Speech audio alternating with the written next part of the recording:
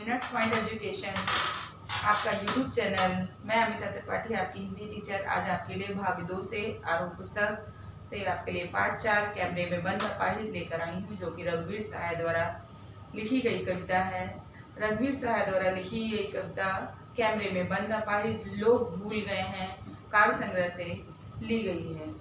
कैमरे में बंद अपाहिज के बारे में यहाँ पर बताया गया है कि एक अपाहिज व्यक्ति को किस तरह से कमरे में बंद करते हैं और वहाँ पर स्टूडियो में ले जाकर उसकी दशा का वर्णन करते हैं। तो देखिएगा कि इसका सार समझ लीजिए। कैमरे में बंद अपाहिज उस व्यक्ति की घटना है जो विकलांग है, अपाहिज है और अपने किसी भी कार्य को करने में सक्षम है। तो यहाँ पर दूरदर्शनकर्ता जो हैं दूरदर्शन में उसे ले जाते हैं और एक कमरे में बंद करके कैमरे के सामने उससे साक्षात्कार उसका करते हैं, उससे प्रश्न पूछते हैं और उसे अपने अनुसार कहने को कहते हैं जैसा मैं कहूँगा वैसे ही आप करेंगे, वैसे ही कहेंगे, ताकि दर्शक वर्ग में आपकी करुणा पहुँच जाए और आपको सराहना मिले। यहाँ कुछ ऐसी बात नहीं है कि वो उसकी सराहना की बात करते हैं, यहाँ वो अपने दर्शक वर्ग को अर्थात अपने दूरदर्शन चैनल को बढ़ाने के लिए, उसकी प्रसिद्धि बढ़ाने के लिए, अपने कार्यक्रम को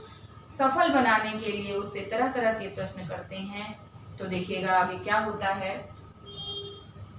हम दूरदर्शन पर बोलेंगे, हम समर्थ शक्तिवान, हम एक एक दुर्बल को लाएंगे एक बंद कमरे में।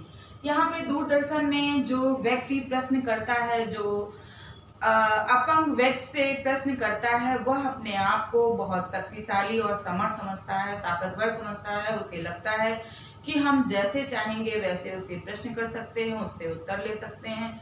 वो तरह तरह के प्रश्न उसे कुरेद के पूछता है और वो इतना परेशान हो जाता है कि उसके मुख पर ताला लग जाता है। वह अवाक सा रह जाता है। वो सोचता है मैं इनके प्रश्नों का उत्तर कैसे दूँ। वो दुखी हो जाता है, उसकी आंखें नम हो जाती हैं।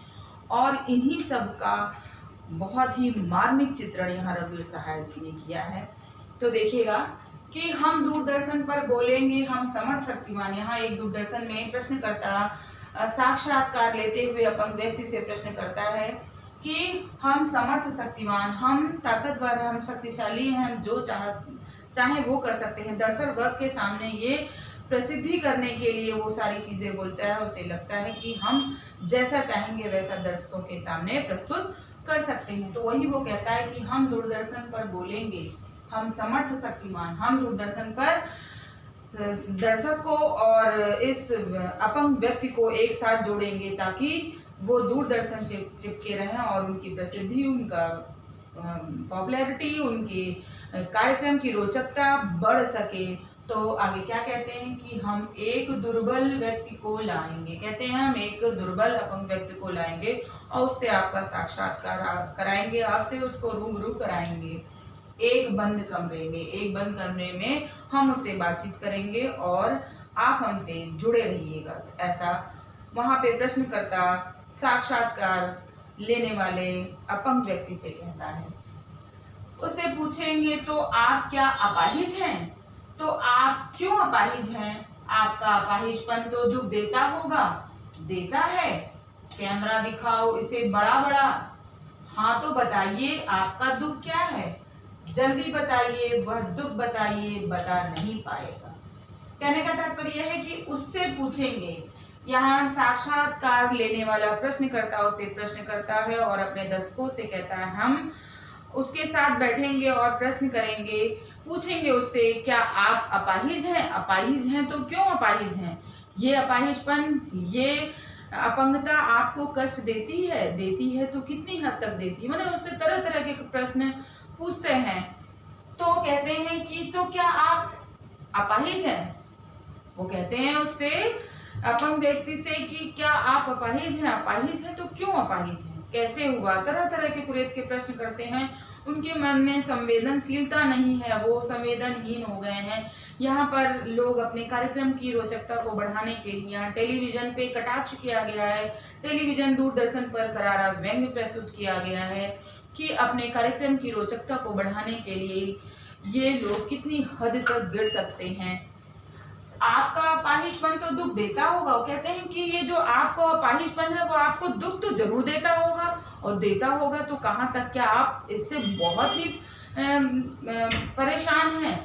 ये क्या आपको बहुत कष्ट देता है? कितना कष्ट देता है, क्या आप बता सकते हैं? मैंने तरह तरह से उससे बार बार पूछ रहा है, कैमरा दिखाओ। अब जब वो प्रश्नकर्ता उस अपंग व्यक्ति से बार बार उसके अपाहिजपन का कारण पूछता है, तो कहते हैं जब आप बार बार किसी से कोई चीज कुरेद कर पूछते हैं तो उसके, अगर उसका इतना भी दर्द होगा तो बार बार उसके पूछने से उसका दर्द बढ़ जाता है। और वैसा ही होता है जब ऐसे ऐसे कटाक्ष भरे प्रश्न करता है तो वहां पे बैठा हुआ अपंग व्यक्ति, उसके होंठ बिल्कुल सिल जाते हैं। मैंने उसके मुख से कुछ निकल ही नहीं रहा है कि अब हम क्या बोलें। उसकी आंखें कष्ट से, दुख के कारण कि मेरा मजाक उड़ रहा है, उसे एहसास होने लगता है कि मैं पूरी दुनिया के सामने मेरा मजाक उड़ रहा है, और उसकी आंखें नम हो जाती हैं और वो परेशान हो जाता है।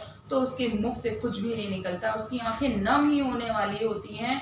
तो यहाँ पर प्रश्नकर्ता उसे देख लेता है और देखकर अपने कैमरामैन को निर्देश देता है। क्या निर्देश देता है? कि कैमरा दिखाओ, इसे बड़ा बड़ा दिखाओ। मतलब उसकी आंखें आंसू की वजह से मोटी मोटी बड़ी बड़ी दिखने लगती हैं। तो उससे उसी समय मौका मिल जाता है और अपने कैमरामैन को निर्देश देते हुए कहता है कि इसे स्क्रीन पर बड़ा बड़ा दिखाओ, ताकि दर्शक वर्ग को इसका करुणापन, इसकी जो दुख है वो प्रकट हो और रोचकता बढ़े, वो दोनों एक साथ मिल जाए। वो उसका उद्देश्य ये होता है कि दर्शक, वो उसने पहले से कह उठा होता है कि हम दर्शक को और साक्षात्कार करने वाले अपंग व्यक्ति को एक साथ जोड़ देंगे, सबको एक साथ कर देंगे, सबका उद्देश्य एक ही होगा। तो कहता है कि कैमरा दिखाओ, उस व्यक्ति के सामने कैमरेमैन से कहता है कि कैमरे को बड़ा बड़ा दिखाओ, स्क्रीन को बड़ा करो, ताकि दर्शक वर्ग जो हमारे चैनल से जुड़े हैं उसे वो देख पाए। हाँ तो बताइए। अब जब उसने स्क्रीन पर उसका चेहरा बड़ा बड़ा कर दिया तो कहता है हाँ तो बताइए आपका दुख कैसा है, आपको दुख मिला तो इसमें आपको कितना कष्ट होता है, आप जितना बता पाइए, जितने अपने दर्द को व्यक्त कर पाइए उतना व्यक्त करिए। कहता है हाँ तो बताइए आपका दुख क्या है। पुनः वो कहता है हाँ तो अब आप बताइए।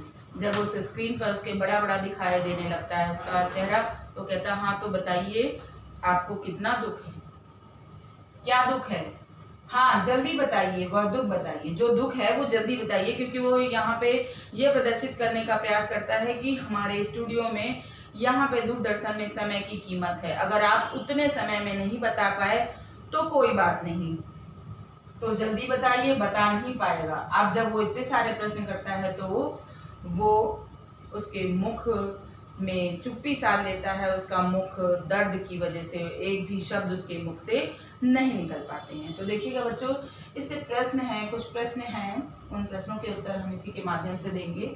पहला प्रश्न है, हम दूरदर्शन पर बोलेंगे में आए हम शब्द से क्या तात्पर्य? यहाँ हम शब्द माने एक अहंकारी व्यक्ति को दर्शा रहा है। यहाँ अहंकारी व्यक्ति कौन है? दूरदर्शन करता जो है, दूरदर्शन पर जो प्रश्न करता है, क्योंकि उसे ये अहंकार है कि मुझे सारी शक्ति, मैं समर्थ हूँ कि मैं जो चाहूँ वो प्रश्न उस व्यक्ति से कर सकता हूँ, ये मुझे अधिकार मिला है। तो हम से तात्पर्य यहाँ पर एक समर्थ शक्तिवान व्यक्ति से है जो कि प्रश्न करता है। दूसरा प्रश्न देख लीजिए, हम अपाहिज से क्या प्रश्न पूछेंगे? माने हम अपाहिज से क्या प्रश्न, यहाँ हम से तात्पर्य यहाँ फिर से बताया गया कि हम यहाँ पे एक समर्थ शक्तिवान व्यक्ति प्रश्न करता ही है जो चाहता है कि हम जो चाहें वो प्रश्न उससे कर सकते हैं। अगला प्रश्न देखिएगा कि प्रश्न पूछने वाला अपने उद्देश्य में कितना सफल हो पाता है और क्यों? तो यहाँ प्रश्नकर्ता उस अपंग व्यक्ति से जितने भी प्रश्न करता है वो उसे दर्द के वजह से अपना अपमान समझकर उसके मुख से एक भी आवाज नहीं निकलती है, तो वो कुछ बता ही नहीं पाता है। तो प्रयास तो वो करता है लेकिन वो सफल नहीं होता है, क्योंकि उसके मुंह सिल जाते हैं, वो कुछ भी कहने में असमर्थ होता है, वो दुख के कारण अवाक सा रह जाता है। अगला प्रश्न देखिएगा, प्रश्नकर्ता और कैमरे वाले को क्या निर्देश देता है और क्यों? प्रश्नकर्ता कैमरे वाले को क्या निर्देश देता है? यहाँ पे आपने अभी देखा कि जब वो दुखी हो जाता है तो कैमरे वाले को निर्देश ये देता है कि तुम जो हो जैसा मैं कहूँगा वैसे ही करना। तो कैमरे वाले को निर्देश देता है कि स्क्रीन पर इसका चेहरा, इसकी आंखें बड़ी बड़ी दिखाओ। तो वही कहा है कि प्रश्नकर्ता कैमरे वाले को क्या निर्देश देता है? प्रश्नकर्ता कैमरे वाले को यह निर्देश देता है कि उसकी आंखों को स्क्रीन पर बड़ा बड़ा दिखाओ ताकि दर्शक वर्ग में इसकी रोचकता बढ़ जाए, करुणा इसकी वहां पर दिखाई देने लगे और हमारे कार्यक्रम को प्रसिद्धि प्राप्त हो। तो बच्चों, आज हमारा यहाँ भाग 1 कैमरे में बंद अपाहिज है। अगली वीडियो में हम भाग 2 लेके फिर से आपके सामने प्रस्तुत होंगे। तब तक के लिए धन्यवाद।